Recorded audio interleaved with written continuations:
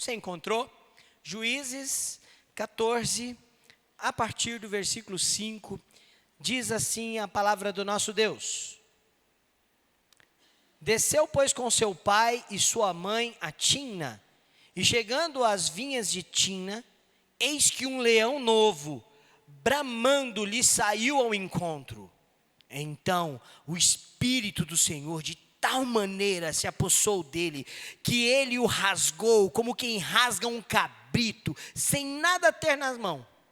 Todavia, nem a seu pai e nem a sua mãe deu a saber o que fizera. Desceu e falou àquela mulher, e dela se agradou. Depois de alguns dias, voltou ele para a tomar. E apartando-se do caminho para ver o corpo do leão morto, eis que neste havia um enxame de abelhas com mel. Tomou o favo nas mãos e se foi andando e comendo dele. E chegando a seu pai e a sua mãe, deu-lhes do mel e comeram. Porém, não lhes deu a saber que do corpo do leão é que o tomara. Versículo 10. Descendo, pois, seu pai à casa daquela mulher, fez Sansão ali um banquete, porque assim o costumavam fazer os moços. Sucedeu que, como vissem, convidaram 30 companheiros para estarem com ele. Disse-lhes, pois, Sansão: dar-vos-ei um enigma a decifrar. Se nos 7 dias das bodas me declarardes e descobrirdes, dar-vos-ei 30 camisas e 30 vestes festivais. Se mo não puderdes declarar, vós me darei a mim as 30 camisas e as 30 vestes festivais. Eles lhe disseram: dá-nos o teu enigma a decifrar, para que o ouçamos. Então lhes disse: do comedor saiu comida, e do forte saiu doçura. E em 3 dias não puderam decifrar o enigma. Ao 7º dia disseram à mulher de Sansão: persuade a teu marido que nos declare o enigma, para que não queimemos a ti e a casa de teu pai.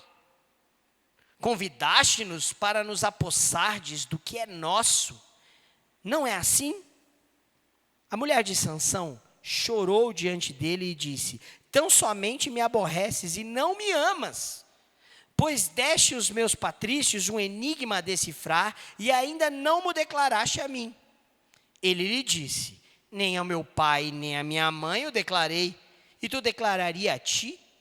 Ela chorava diante dele os 7 dias em que celebravam as bodas. Ao 7º dia lhe declarou, porquanto importunava. Então ela declarou o enigma aos seus patrícios. Disseram, pois, a Sansão os homens daquela cidade, ao 7º dia, antes de se pôr o sol: que coisa há mais doce do que o mel e mais forte do que o leão? E ele lhe citou o provérbio: se vós não lavrasseis com a minha novilha, nunca terias descoberto o meu enigma. Então o Espírito do Senhor de tal maneira se apossou dele, que desceu aos asquelonitas, matou deles 30 homens, despojou-os, e as suas vestes festivais deu aos que declararam o enigma. Porém, acendeu-se a sua ira, e ele subiu à casa de seu pai. Ao companheiro de honra de Sansão foi dada a mulher, por mulher, a esposa deste. Até o verso de número 20, eu quero lembrá-los que Deus tinha um chamado especial para o seu juiz. Um chamado diferente de todos os outros juízes, porque esse chamado veio ao seu pai e à sua mãe, e era um chamado de consagrar o seu filho Sansão desde o ventre. Ele seria nazireu. Aquela família deveria apresentar-se em consagração a Deus para servir a Deus. O voto de nazireado envolvia uma dedicação e uma consagração total diante do Senhor. Sansão começou a observar esses votos antes de que o pudesse perceber, porque a sua mãe começou a cumprir o voto de nazireado por mando do próprio Senhor, quando Sansão estava no seu ventre. O propósito era de que ele servisse a libertar o povo de Israel. Nós também vimos, no domingo retrasado, no capítulo 14, de 1 a 4, o quanto Sansão era mais do mesmo. Não era diferente dos filisteus e nem do povo de Israel. Na verdade, ele prefigurava como o povo de Israel estava. Não queria a libertação e vivia de acordo com os seus próprios olhos. A primeira palavra que sai da boca de Sansão é: eu vi uma mulher, ela é boa aos meus olhos. O povo de Israel fazia o que achava certo aos seus próprios olhos e fazia o que era mal aos olhos do Senhor. Estou fazendo essa recapitulação para lembrar que as novas situações não trarão novidades. Os novos eventos que virão, eles serão resultado de todo este contexto em que o juiz Sansão se encontra, em que o povo de Israel também se encontra. Mas também a mesma disposição de Deus em salvar o seu povo, apesar dos seus pecados, apesar da sua transgressão e apesar da sua rebeldia. Por isso, irmãos, em primeiro lugar, eu gostaria que você lembrasse comigo o sermão de domingo passado. Não viva como o inimigo. E aí nós olhamos para o modelo de Sansão. Sansão era movido pelos seus instintos. Sansão era um homem desobediente aos pais e a Deus.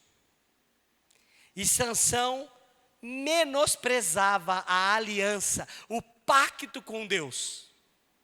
Ele se envolveu em julgo desigual, não só no capítulo 14, capítulo 15, capítulo 16, toda a sua ruína se dá por amar quem não amava a Deus. E nós falamos no domingo retrasado sobre o perigo do jugo desigual.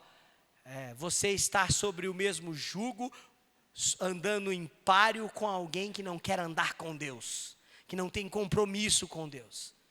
O problema não era étnico, não era um problema de casamento transcultural, era um problema confessional. É se associar, se emparelhar, viver de comum acordo com quem não professa e confessa com amor e temor a salvação no mesmo Deus, que não prioriza os mesmos valores que Deus estabeleceu para o seu povo, que não vive diante da aliança. Mas eu gostaria de ressaltar essas 3 situações do sermão passado, olhando estes novos movimentos, estes novos acontecimentos que a gente acabou de ler. Tudo bem? Vocês tenham paciência em rever estes 3 motivos de Sansão viver como o inimigo, né? Ele era movido por instintos, ele era desobediente e vivia fora da aliança, ou seja, menosprezava o pacto, a aliança que Deus fez com o seu povo. Olha o versículo 5, olha esse novo acontecimento que não retrata nada novo, só reafirma esse estilo de vida. O versículo 5 diz que ele estava nas vinhas de Timna, não é isso? Não parece nada de errado nesse versículo, né? O que tem de mais Sansão passar por dentro de uma vinha?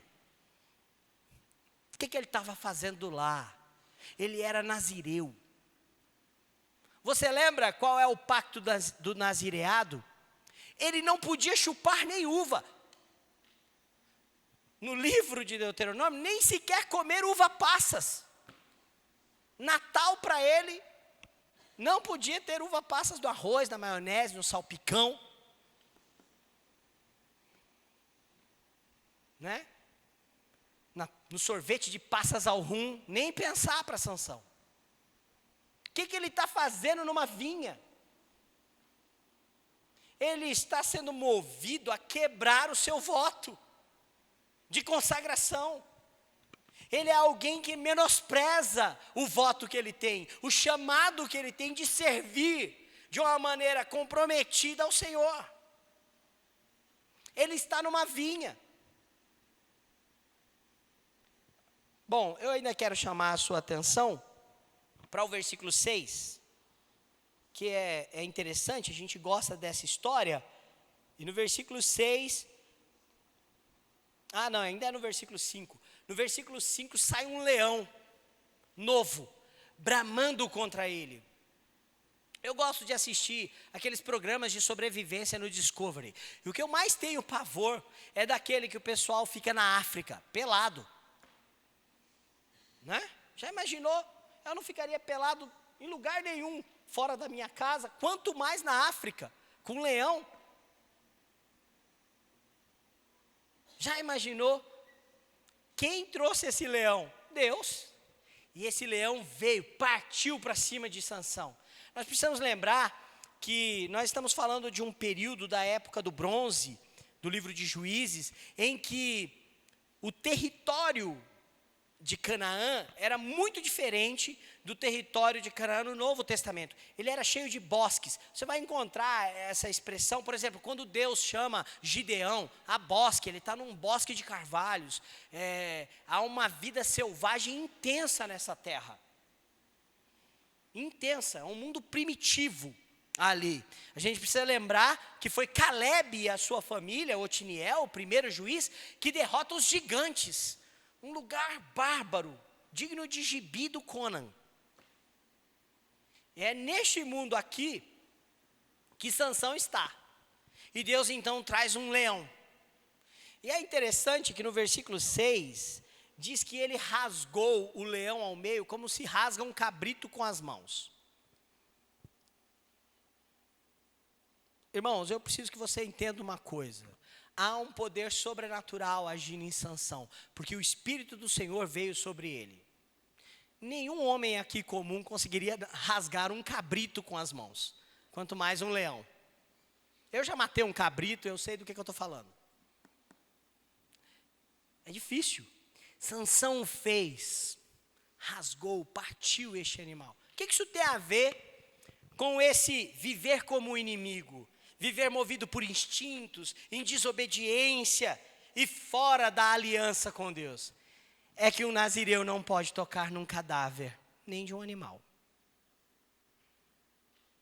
E depois dele ter matado o leão, o que Sansão fez? Bom, eu quero falar o que ele deveria fazer. Ele deveria se apresentar ao sumo sacerdote no tabernáculo para se purificar. Mas os instintos de Sansão, os impulsos de Sansão, o levam para outro lugar, para a casa da mulher que ele viu e que conduz o olhar fixo dele. Ele é levado pelas suas paixões, pelos seus instintos. E se você prestar atenção no versículo 6, ele guarda este segredo dos seus pais. Ele não conta para o pai e para a mãe que ele tocou no cadáver de um animal. Porque se ele contasse, aquela viagem de combinar o casamento com a mulher, ela se encerraria. Ele teria que procurar o tabernáculo, passar por um rito de purificação. Você percebe? As histórias, os quadros acontecendo são novos, mas os princípios que movem a vida de Sansão são os mesmos que nós já falamos. Ele é movido por instintos, por desobediência. Eu ainda quero chamar a sua atenção para o versículo de... ele não toca no animal morto uma vez só. Ele vai para a casa da mulher, combina as coisas lá, né? E no versículo de número 9, ele retorna com o pai e com a mãe para ir na casa da noiva. Ele desvia do caminho, deixa o pai e a mãe andando pelo caminho, ele sai um pouquinho do caminho e vai dar uma olhada no leão que ele matou. Curioso, né? E tal, para ver o que estava acontecendo com o bicho. E ele encontra lá um enxame de abelhas, que pousaram e fizeram ali uma colmeia e estava cheio de mel. Isso não é comum. Não se há relatos de que isso aconteça, mas a gente precisa entender que há um mover do Espírito Santo em conduzir a situação para Deus operar a sua vontade, apesar de Sansão e apesar do povo de Deus que é desobediente. Bom, alguns teólogos acreditam que é o poder de Deus representado no leão, e a colmeia com as abelhas e o mel é o povo de Deus ali, onde Deus provê todas as coisas. Eu gosto de pensar na providência, de que Deus quer incitar a Sansão. Mas o que ele faz? Ele toca de novo no cadáver. E no versículo 9, se você prestar atenção no final do versículo, ele volta para o caminho, encontra o pai e a mãe comendo mel, dá mel para o pai e para a mãe e não fala nada. Não é isso? Ele omite novamente tudo isso, de que ele tocou no cadáver. E assim rompeu o voto de nazireado que ele tinha. Não passou pelo rito de purificação. Eu ainda quero fazer você olhar para outro quadro aqui, agora sim no versículo 10. No versículo 10 diz que ele deu um banquete. Irmãos, não tem nada de mais dar um banquete. Jesus, inclusive, nos promete um banquete diante da tua presença. O Salmo 23, que é um dos salmos mais lindos da Bíblia, diz que o Senhor prepara para o ungido do Senhor, que é o próprio Messias, o herdeiro de Davi, né? Que vai sentar no trono de Davi, um banquete onde estarão os seus adversários. Não tem nada de mais com um banquete. Não é um problema. O problema é que a origem da palavra banquete aqui, ela, na Bíblia em português está banquete, mas ela remete a uma festa. E a palavra, a origem da raiz da palavra é bebedeira. Ou seja, o banquete dele era uma bebedeira. A Bíblia não nos proíbe de maneira alguma, não nos proíbe o consumo de bebida alcoólica. Não nos proíbe, mas nos proíbe a embriaguez. A sermos conduzidos pela embriaguez. Isso é claramente proibido na Bíblia. Agora, para Sansão, era proibido beber. Ele era nazireu, fazia parte do voto de consagração especial. E como ele vai festejar o seu casamento pagão? Como ele vai festejar o seu jugo desigual? Vivendo como o inimigo. Vivendo como o inimigo vive. Na verdade, Sansão se parece com o inimigo que Deus odeia. O libertador de Deus se parece com o inimigo que Deus odeia. Não viva como o inimigo. Não viva como um ímpio. Não há amizade de Deus com o mundo. Pelo contrário, o mundo jaz no maligno. E Jesus orienta os discípulos a que o mundo o odeia e odiarão também os seus seguidores. No Evangelho de João isso fica muito claro. Sansão vive como o inimigo, porque ele é conduzido pelos seus instintos, porque ele é desobediente, porque ele vive fora da aliança, ele despreza o voto dele com o Senhor. Ele despreza os votos que os pais deles fizeram com o Senhor, com o anjo do Senhor. Ele vive alheio a tudo isso. Eu ainda quero dar um outro exemplo aqui, que está no versículo 12 até o versículo 14. Lá na festa, eles já tinham bebido bastante, né? O que vamos fazer? Vamos jogar, vamos apostar. E ele conduz a sua vida por apostas por roupas. Ele joga em troca de roupas, e ele faz um enigma indecifrável. Olha só, irmãos, alguns tentam defender que na palavra em hebraico dava para entender leão, abelha, mel. Não. A verdade é que ele faz um enigma, no versículo 12, para que os seus companheiros ali de bebedeira não possam decifrar e que ele saia lucrando. Isso me faz lembrar do livro do Senhor dos Anéis, onde Bilbo, o bolseiro, na escuridão medonha das cavernas de Moriá, encontra-se com um ser terrível chamado Gollum. E ele quer matá-lo de uma maneira feroz. Mas Gollum gosta de jogos. E gosta de jogar com a sorte. e brinca com enigmas. Ele primeiro faz enigmas e o bolseiro tem que acertar. Depois o bolseiro faz enigmas e o Gollum tem que acertar, para que ele possa se livrar da morte. O último enigma que o Bilbo bolseiro faz é colocar a mão no bolso e lembrar que ele tem um anel no bolso. O Gollum não sabe. Aquele anel é do próprio monstro, mas o monstro não sabe que o perdeu. Então ele coloca a mão no bolso e pergunta para o monstro: o que eu tenho dentro do meu bolso? É injusto? Era para não acertar mesmo. Era a maneira que ele tinha para ganhar e conquistar. Sansão não é o Bilbo bolseiro. Ele é o monstro que gosta de jogar com a vida e que age de maneira injusta. Não se pareça com o inimigo. Não viva como o inimigo. Eu quero fazer com que você lembre de um tema sobre essa noite: o mundanismo e o nosso coração idólatra. Qual a força que o mundanismo externo tem diante do nosso coração? Diante do coração de Sansão, ele era igual a quem Deus desprezava. Ele era igual a quem Deus desprezava e odiava. Não sejamos assim, irmãos.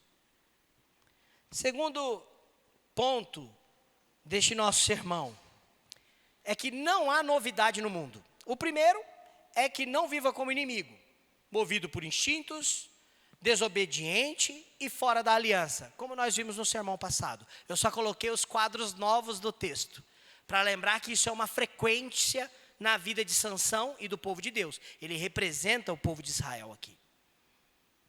Ele é um retrato de quem Israel é. Agora, eu gostaria de lembrar algo sobre o mundanismo. Não há novidade no estilo de vida mundano. A gente sempre se encanta com o mundanismo. Parece tão moderno, parece tão cheio de atrativos, parece tanta novidade, tanta coisa nova, diferente, principalmente para os jovens. Tudo tão diferente, tudo tão novo.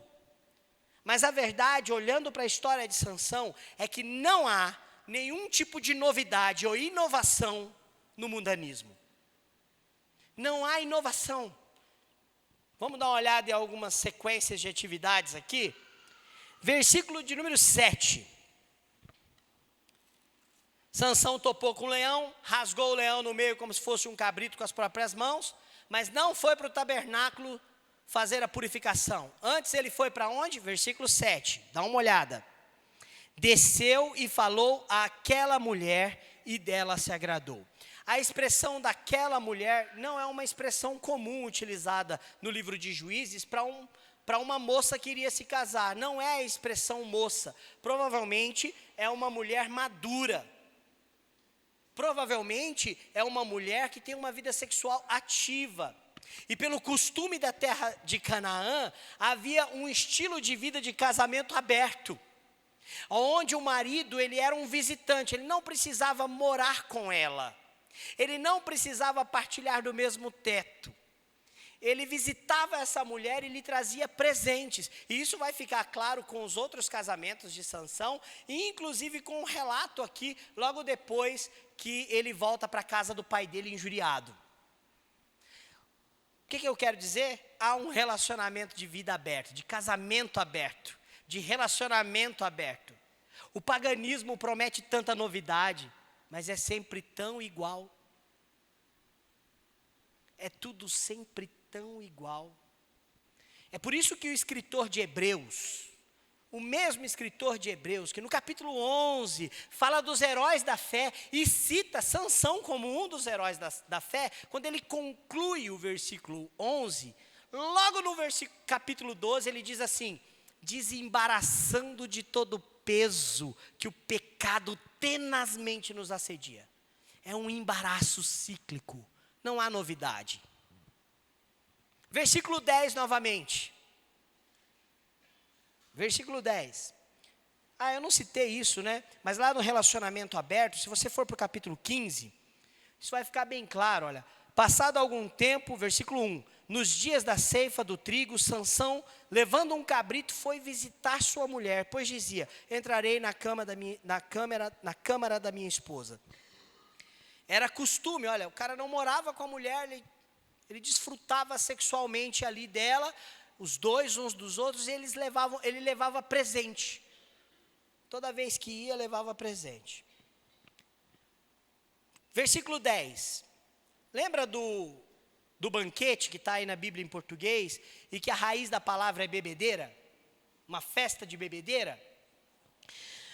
Logo depois de falar dessa festa de bebedeira, qual é a conclusão que o escritor faz? Era costume dos jovens. Os moços, quando iam casar, faziam isso. Mas que moços? Os pagãos.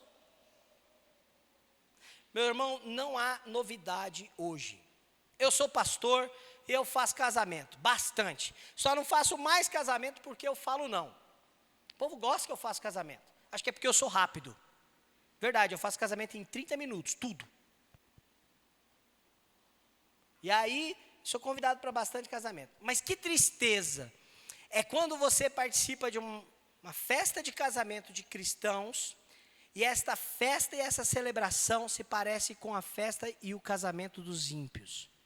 Veja bem, irmãos, não estou dizendo que não tenha que ter música, não estou dizendo que não tenha que ter alegria, não estou dizendo que não tenha que ter comida farta ou bebida, mas é a similaridade de coisas que não combinam com a gente, mas que a gente pratica. Era costume dos jovens fazer isso. Então, como é costume dos jovens, eu desço até o chão. Tem uma música idiota. Eu desço naná no chão, eu desço naná no chão. Eu não vou falar a palavra. Mas percebe que não há novidade no mundanismo? Sansão descia até o chão. Não assim, mas fazendo o que os moços faziam, porque era costume. Cuidado com costumes e valores que contrariam a aliança e a vida com Deus. Cuidado. Cuidado. É muito tênue, é muito fácil a gente se encantar com promessas de novidades, mas que na verdade não é nada novo. É uma armadilha antiga de Satanás, que nos embrenha e embaraça no pecado. Eu ainda quero falar sobre não existir novidades. A partir do verso 15, olha lá, do verso 12 ao verso 15, Sansão dá um enigma. O anelzinho dele está no bolso, ninguém sabe o que tem no bolso dele. Né? Ninguém sabe que ele matou um leão. Não é justo.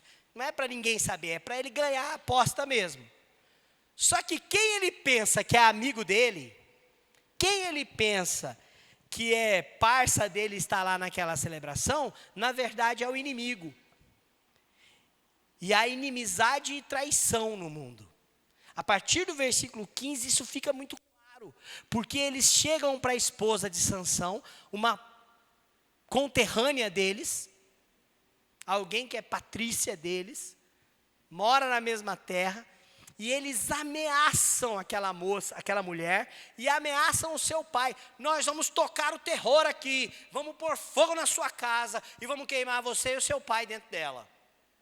Se você não contar para a gente o que Sansão fez. Inimizade e traição. Não há novidade no paganismo. Não há novidade no mundanismo, irmãos. No mundanismo existe inimizade contra Deus e traição, infidelidade contra Deus. A mulher de Sansão chorou, esperneou, fez manha, fez beicinho, até que Sansão não aguentou e contou. O que ela fez? Infiel. Infiel. Provavelmente quem estava cantando na festa do casamento de Sansão era Marília Mendonça. Ei, infiel. Não foi boa essa piada, né? Sabe o que é pior? Eu contei essa piada hoje de manhã. Eu não sei porque que eu insisto nisso. Não há novidade no mundanismo. Não há novidade no mundanismo. O mundo pagão trata com traição. Agora, veja bem. A palavra que eles utilizam para a mulher de Sansão é uma palavra muito legal. No versículo de número 15, diz assim: ao 7º dia disseram à mulher de Sansão: persuade o teu marido que nos declare o enigma, para que não queimemos a ti e a casa de teu pai. Convidaste-nos para vos apossardes do que é nosso. Essa expressão que eu queria chamar a sua atenção. Apossardes do que é nosso. Essa expressão aparece 27 vezes no livro de Juízes. E todas as vezes referente ao povo de Deus sobre a terra prometida. Sabe por quê? Os filisteus tratavam o povo de Deus como inimigo. Sansão tratava eles como convidados. E eles vieram se apossar do que é nosso. Agora, quem está falando isso é o inimigo. Sansão estava disposto a partilhar com estes homens. O povo de Israel queria partilhar a terra com eles. Mas eles diziam, é nosso. Eles vieram aqui se apossar. Na verdade, essa terra foi prometida por Deus e pertencia ao povo de Israel, que deveria ter expulsado os filisteus de lá, mas não fizeram, permitiram que eles vivessem ali. Não há novidade no mundanismo.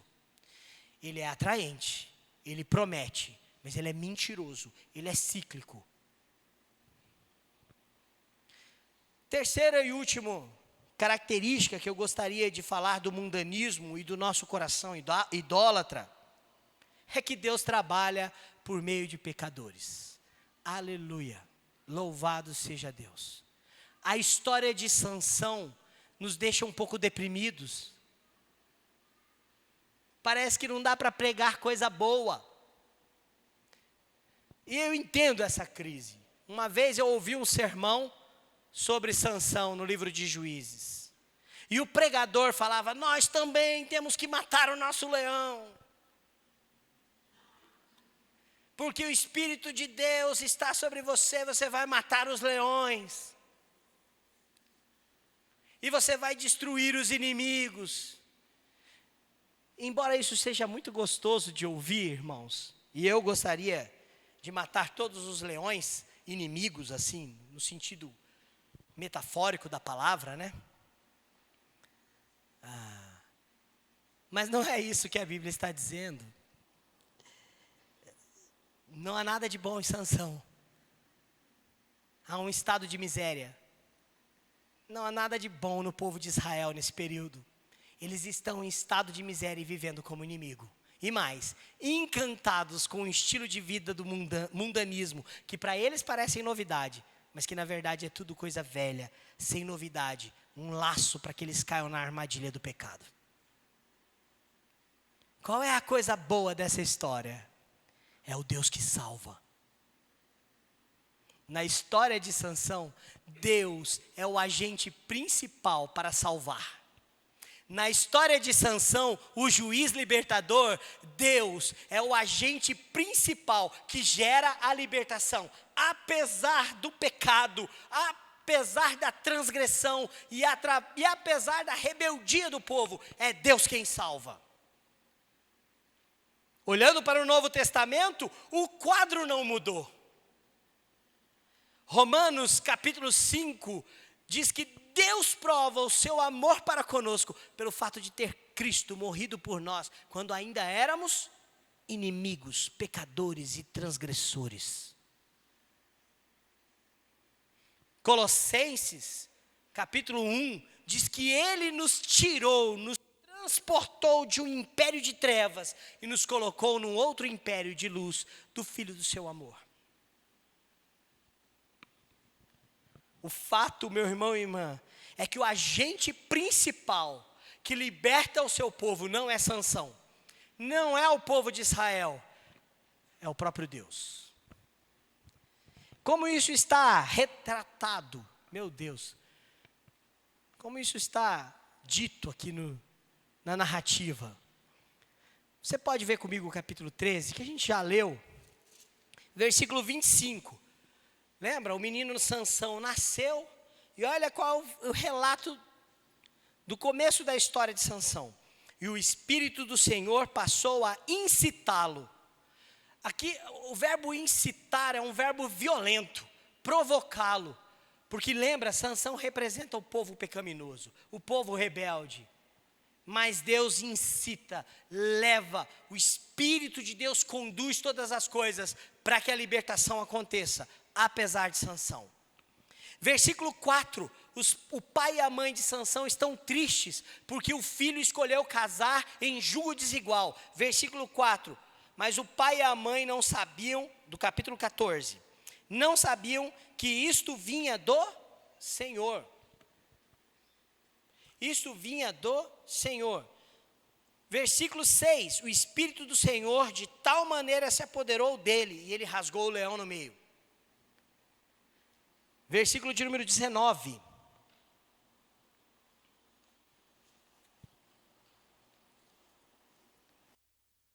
Então o Espírito do Senhor de tal maneira se apossou dele, que desceu aos asquelonitas e matou deles 30 homens.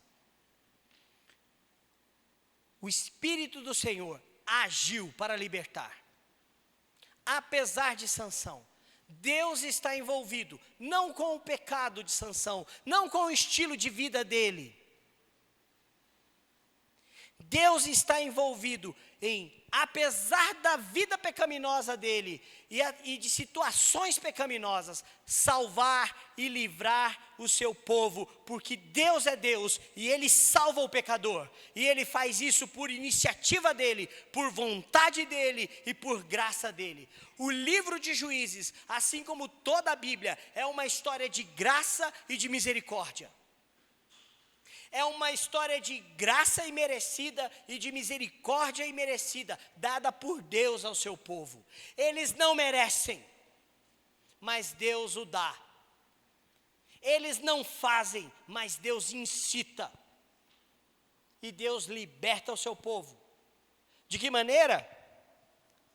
E aí vem uma segunda característica dentro disso, é que Deus gera conflito contra o mundo. É Deus quem gera conflito contra o mundo.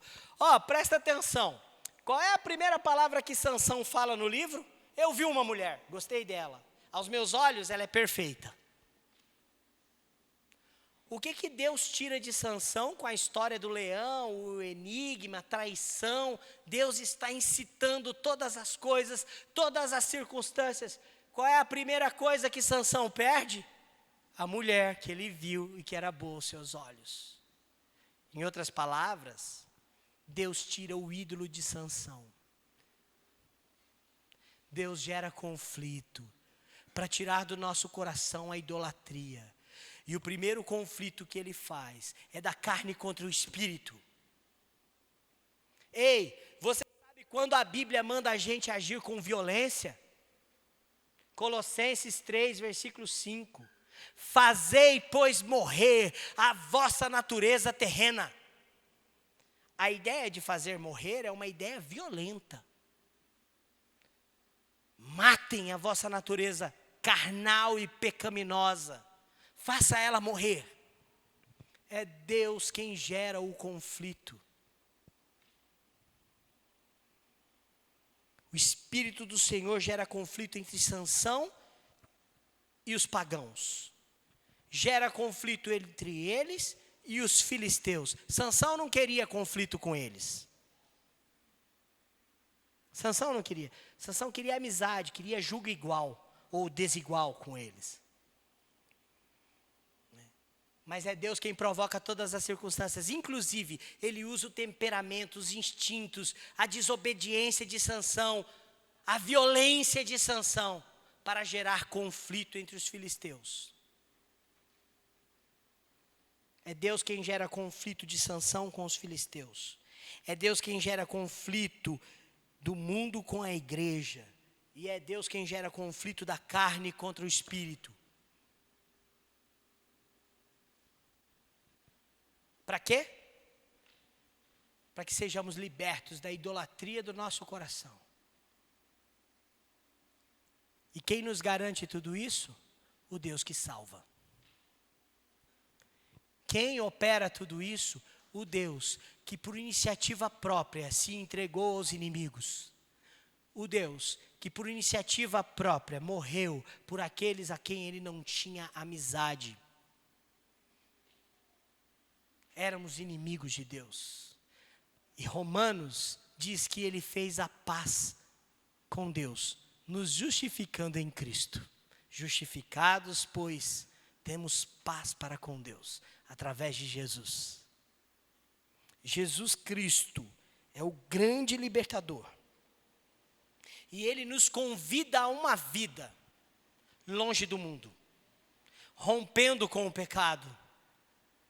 E ele nos liberta da idolatria do nosso coração, gerando conflito.